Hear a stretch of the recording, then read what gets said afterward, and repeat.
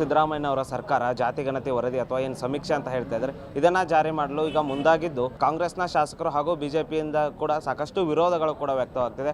ಈ ಸಮೀಕ್ಷೆ ಸಾಕಷ್ಟು ಸುಳ್ಳು ಅಂದ ಕೂಡಿದ್ದು, ಏನೋ ಸರ್ಕಾರಿ ಅಧಿಕಾರಿಗಳು ತಮ್ಮ ಮನೆಯಲ್ಲಿ ಕೂತು ಅಥವಾ ಕಚೇರಿಯಲ್ಲಿ ಕೂತು ಮಾಡಿದ್ದು ಅಂತೇಳಿ ಆರೋಪಗಳು ಬರ್ತಿವೆ. ಇದರ ಬಗ್ಗೆ ಮಾತಾಡಲಿಕ್ಕೆ ನಮ್ಮ ಜೊತೆ ಪರಿಷತ್ ಸದಸ್ಯ ಅಂತ MG ಮೂಳೆ ಅವರು ಇದ್ದಾರೆ. ಬನ್ನಿ ಅವ್ರನ್ನೇ ಮಾತಾಡ್ಸೋಣ. ಸರ್, ಏನು ಸರ್ ಈ ಜಾತಿಗಣತಿಗೆ ಯಾಕೆ ಇಷ್ಟೊಂದು ವಿರೋಧ ಅಂತ?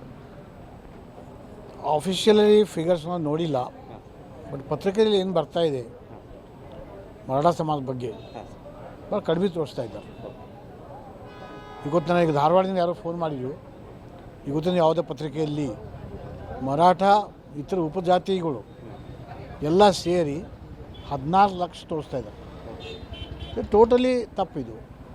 ನಮ್ಮ ಲೆಕ್ಕ ಪ್ರಕಾರ ನಮ್ಮ ಜನ 50 ಲಕ್ಷ ಇದ್ದಾರೆ.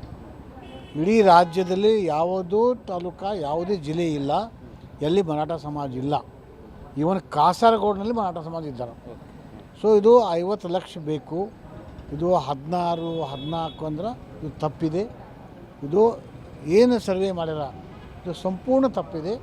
ನಾವು ಇದು ಒಪ್ಪಲಿಕ್ಕೆ ಸಾಧ್ಯ ಇಲ್ಲ ಮತ್ತು ರೀಸರ್ವೆ ಮಾಡಬೇಕು ಅಂತ ನಮ್ಮದು ಆಗ್ರಹ. ಸರ್, ಈಗ ಲಿಂಗಾಯತರು ಕೂಡ ನಮ್ಮದು ಕಡಿಮೆ ಆಗ್ತಿದೆ ಅಂತ ಹೇಳ್ತಾರೆ, ಒಕ್ಕಲಿಗರು ಹೇಳ್ತಾರೆ, ಮರಾಠ ಸಮಾಜ ಅಂದರೆ ಯಾರು ಹೆಚ್ಚಿಗೆ ಮಾಡಿದ್ದಾರೆ ಅಂತ ಇಲ್ಲಿ ಸಮೀಕ್ಷೆ? ಅದು ನಮಗದು ಆ ಮಾಹಿತಿ ಇಲ್ಲ, ಯಾಕಂದ್ರೆ ನಾವು ವರದಿನೇ ನೋಡಿಲ್ಲ. ನಾನು ನಂದು ಜಾತಿ ಪ್ರಕಾರ ಹೇಳ್ತೀನಿ, ನಮ್ಮದು ಸಂಖ್ಯೆ ಅರ್ಧನೂ ತೋರಿಸಿಲ್ಲ. ಮತ್ತು ಸರ್ವೆ ಎಲ್ಲಿ ಮಾಡೋದು ಗೊತ್ತಿಲ್ಲ. ನನ್ನ ಮನೆಗೆ ಯಾರು ಬಂದಿಲ್ಲ.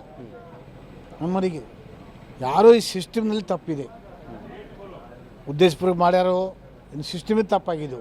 ಮನೆ ಕುಂತಲ್ಲಿ ಬರೆದ್ರೆ ಹ್ಯಾಂಗೆ ಇರ್ತದ? ಸೊ ಇದು ನಾವೇ ರಿಜೆಕ್ಟ್ ಮಾಡ್ತೀವಿ. ಜನರ ಭಾಳ ಅಶಾಂತಿ ಇದೆ, ಆಕ್ರೋಶ ಇದೆ ನಮ್ಮ ಮರಾಠ ಸಮಾಜದಲ್ಲಿ. ಮತ್ತು ಮರಾಠ ಸಮಾಜ ಭಾಳ ಸ್ವಾಭಿಮಾನಿ, ಭಾಳ ಇಮೋಷ್ನಲ್. ಮರಾಠ ಲಾಖ್ ಮರಾಠ ಇಡೀ ರಾಜ್ಯದಲ್ಲಿ ಎಲ್ಲ ಸಾಕ್ಷಿ ಇದೆ. ತಾವೇ ನೋಡಿದ್ವಿ ಬೀದರ್ದಾಗ ಯಾವ ಪ್ರಕಾರ ಆಯಿತು. ಸೊ ಇದು ತಕ್ಷಣ ರೀಸರ್ವೆ ಮಾಡಬೇಕಂತ ನಮ್ಮದು. ಸರ್, ಒಂದು ವೇಳೆ ಸರ್ಕಾರ ಬಿಡುಗಡೆ ಮಾಡಿದರೆ ನಿಮ್ಮ ಮುಂದಿನ ನಡೆ ಏನು ಸರ್ ಸಮುದಾಯದಲ್ಲಿ? ಸಮಾಜದಲ್ಲಿ ಆಕ್ರೋಶ ಇದೆ.